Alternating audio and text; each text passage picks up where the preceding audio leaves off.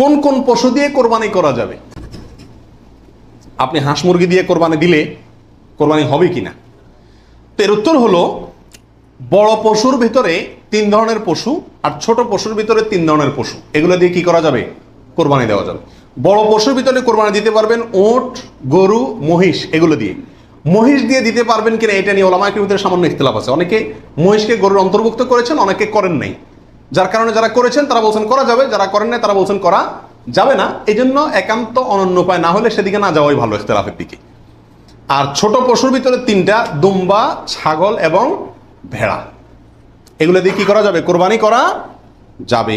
এছাড়া অন্য কোনো পশু দিয়ে, এই গৃহপালিত পশু ছাড়া আপনি হরিণ দিয়ে অথবা অন্য কোনো হালাল পশু যেটা গৃহপালিত না, সেটা দিয়ে কি করা যাবে না? কোরবানি দেওয়া যাবে না, দিলে কোরবানি হবে না। গাভী এবং ষাঁড় দুইটা দিয়ে কোরবানি দেওয়া যাবে? যাবে। গাভী দিয়েও দেওয়া যাবে, ষাঁড় দিয়েও দেওয়া যাবে।